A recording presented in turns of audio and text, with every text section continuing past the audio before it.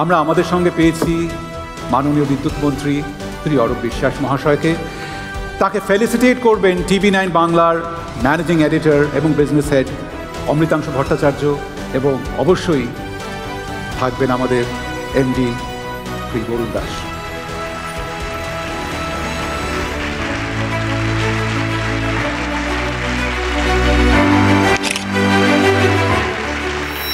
মাননীয় মন্ত্রী শ্রী অরূপ বিশ্বাসকে অনুরোধ করব কিছু বক্তব্য রাখার জন্য।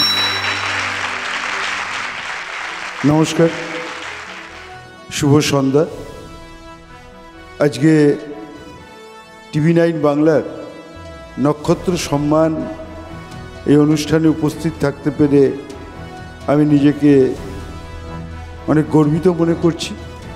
তার কারণ TV9 বাংলা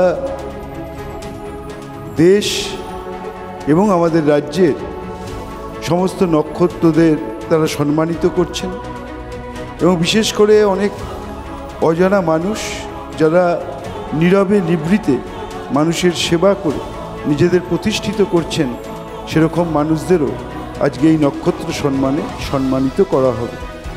আজকে পিছিয়ে পড়া মানুষদের এগিয়ে আনা তারও একটা প্রয়াস আজকের এই অনুষ্ঠানের মধ্যে দিয়ে তারা করছেন। তার জন্য আমি সম্পূর্ণভাবে TV9 বাংলার পরিবারের সকলকে আন্তরিক অভিনন্দন এবং আমার কৃতজ্ঞতা ভালোবাসা জানাচ্ছি।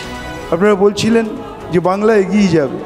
আজকে আমাদের রাজ্যের মাননীয় মুখ্যমন্ত্রী মমতা বন্দ্যোপাধ্যায় 94টা সামাজিক প্রকল্পের মধ্যে দিয়ে পিছিয়ে পড়া প্রান্তিক মানুষকে, শ্রমিক, কৃষক, ছাত্র, যুব তাদের এগিয়ে নিয়ে যাওয়ার প্রয়াস করছেন। কিন্তু আমরা টিভি খুললে দেখতে পাই সামান্য একটি ছোট ঘটনা, সারাদিন সেই ঘটনাটাই বারবার ঘুরে ঘুরে আসছে। মানে ঠিক যেন একটা গ্লাসে একটুখানি খালি, কিন্তু কখনো আপনারা বলছেন না যে গ্লাসটা পুরো ভর্তি আছে, কিন্তু আপনারা বারবার দেখাচ্ছেন ও একটুখানি খালি আছে। আমার মনে হয় পজিটিভিটিও দরকার।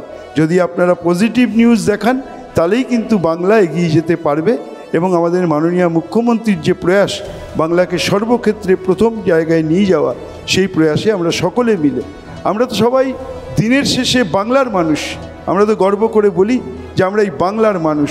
তো বাংলাকে গর্বিত করতে হবে। বাংলাকে ছোট করে বিশ্বের দরবারে আমরা কখনো বড় হতে পারবো না। ঠিক কথাই বলেছেন বরুণ দাস মহাশয় যে বাংলাই আগামী দিন নেতৃত্ব দেবে। এইটাও আমরা বিশ্বাস করি।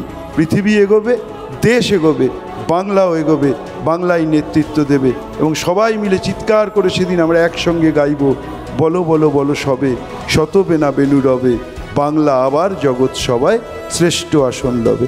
নমস্কার, ধন্যবাদ।